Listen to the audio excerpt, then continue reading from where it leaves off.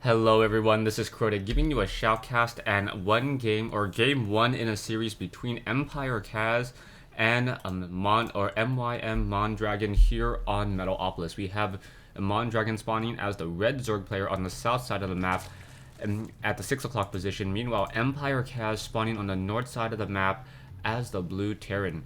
Now, one of the reasons why I'm casting Terran versus Zerg right now is I tend to have a lot of problem with Terran versus Zerg for some reason.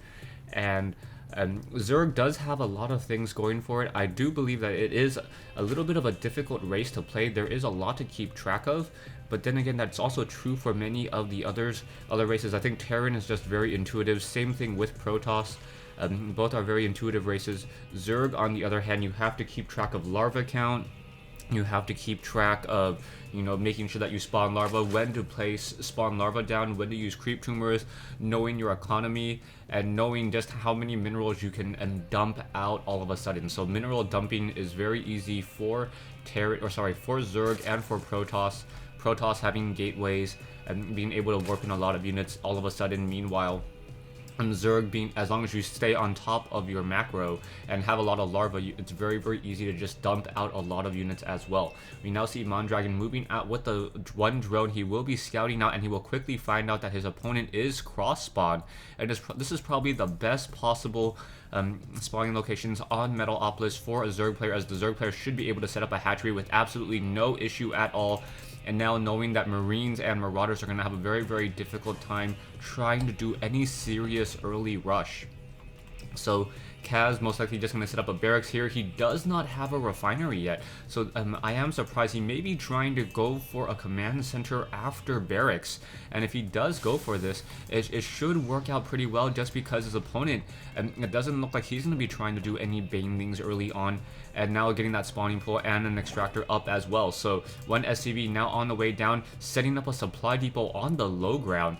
And with a supply depot on the low ground, perhaps another bunker here, he should be able to set up a command center. Oh, the Marine now able to get off one more shot. Yes, able to finish off that scouting drone there nicely and microed by Empire Kaz, or Kaz there, to ensure that that drone does not return home in order to mine more minerals or grow up to be some sort of other building. SCV now finally on the move and now finally scouting now, and Kaz pretty much knows where his opponent has spawned. You can take a look at his view. He did go up that ramp to make sure, and now coming up into this area for just a second, and now we'll see what one spawning pool down. The extractor is up. SCV just wandering around, so Kaz opting to go for a little bit of a later scout. And now we also see Kaz going for that command center on that low ground and also getting a secondary barracks now. So this is all off of no gas play. So this is going to become a very, very macro intensive game. Empire Kaz not mining any gas, and you can also see Mondragon not mining any gas either. So this will be a Zergling versus Marine battle for quite some time, as an SCV now tries to return home. The Zerglings will activate Zelnaga watchtowers instead. One Zergling over here is going to activate that Zelnaga watchtower just in time to see 3 Marines and shoot it in the back, and that is just a very, very sad day for Zergling. There as it goes, Splat. And now we see 2 Zerglings trying to run up the ramp here. We do have 1 Marine and 1 SCV, and this may be a little bit of a problem for that 1 Marine. Marine needs to try to hold off against that units over there. 1 SCV trying to join in on the fight. Yes, joining in on that fight. That Marine, oh, will it be microed enough? No, down it goes. And sorry, poor Marine traded for 2 Zerglings, upgraded into an orbital command here. And Kaz does have a very, very strong front door, and with what SCV is now being transferred down, I suspect that there should be at some point a supply depot placed down here in order to prevent any Zerglings from running along that backside. We can now see what a tech lab being placed down here, and now also getting another supply depot. That's a curious place for a supply depot, but perhaps it will allow units to walk in and out very, very easily. Oh, I believe it actually opens up a little bit as he tries to move out there, and a second bunker now being placed down.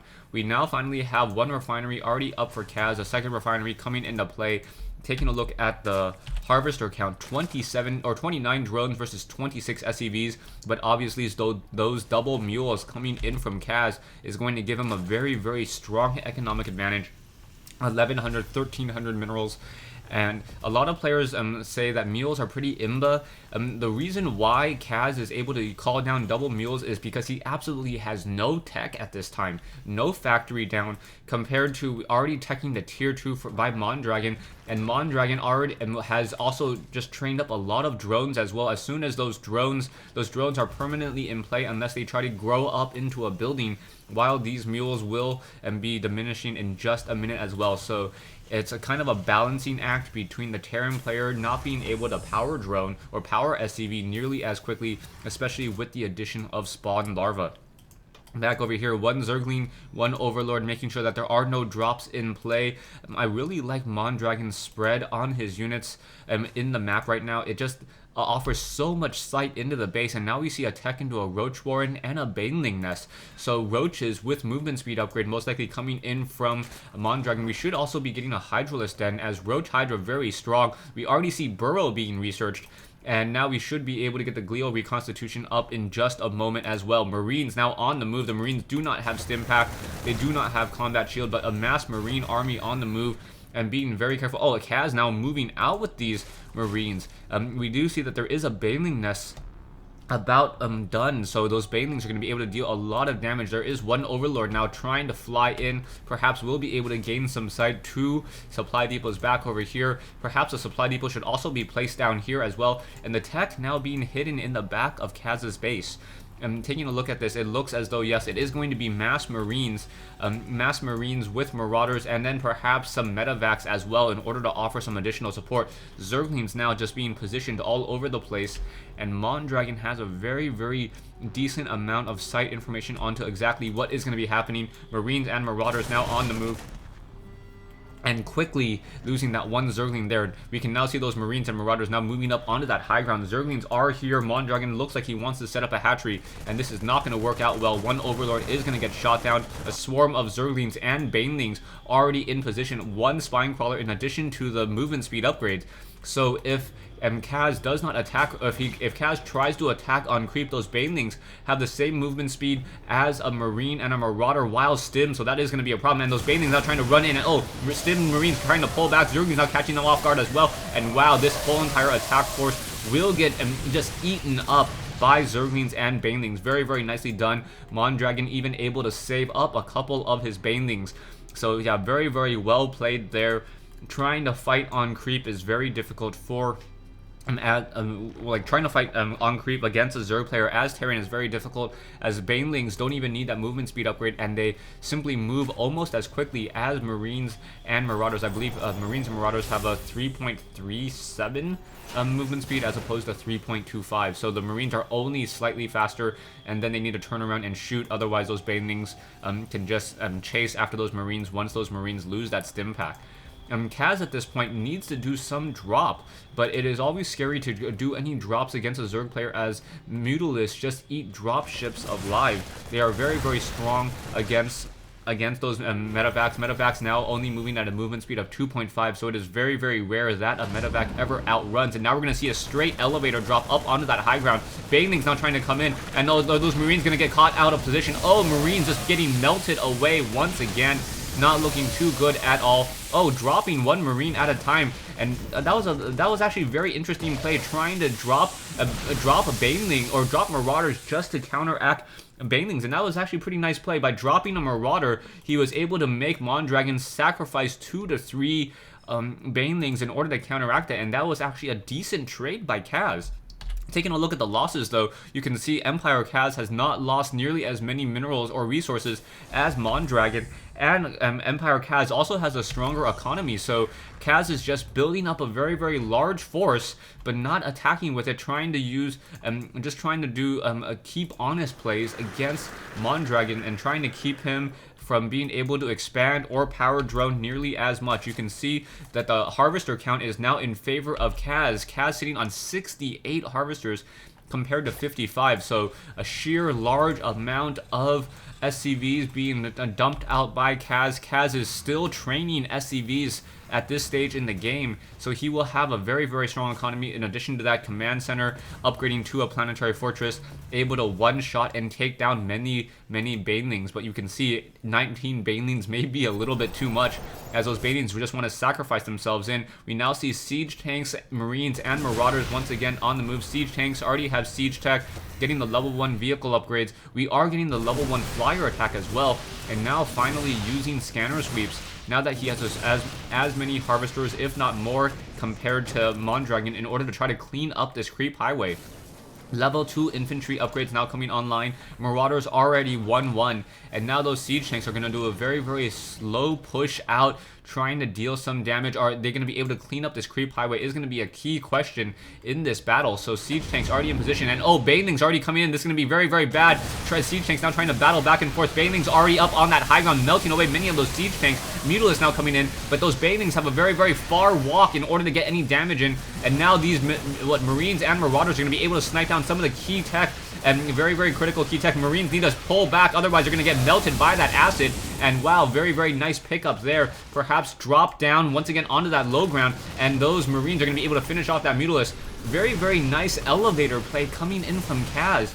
Kaz using the high ground and low ground very, very effectively in order to just minimize the amount of damage that those banelings are due. Banelings are considered, I believe, melee range, even though they have a very, very large splash radius. And because of that, those banelings, just one location to another, unable to get any damage up onto that high ground. Very, very nicely done. I actually wonder, if you have a baneling explode on the low ground, does the acid reach the high ground? I'm not exactly sure. So maybe one of my friends will be from SC Legacy will be able to do that test with me at some point in time. Marines and Marauders once again on the move. You can see Kaz has just macroed up such a large army.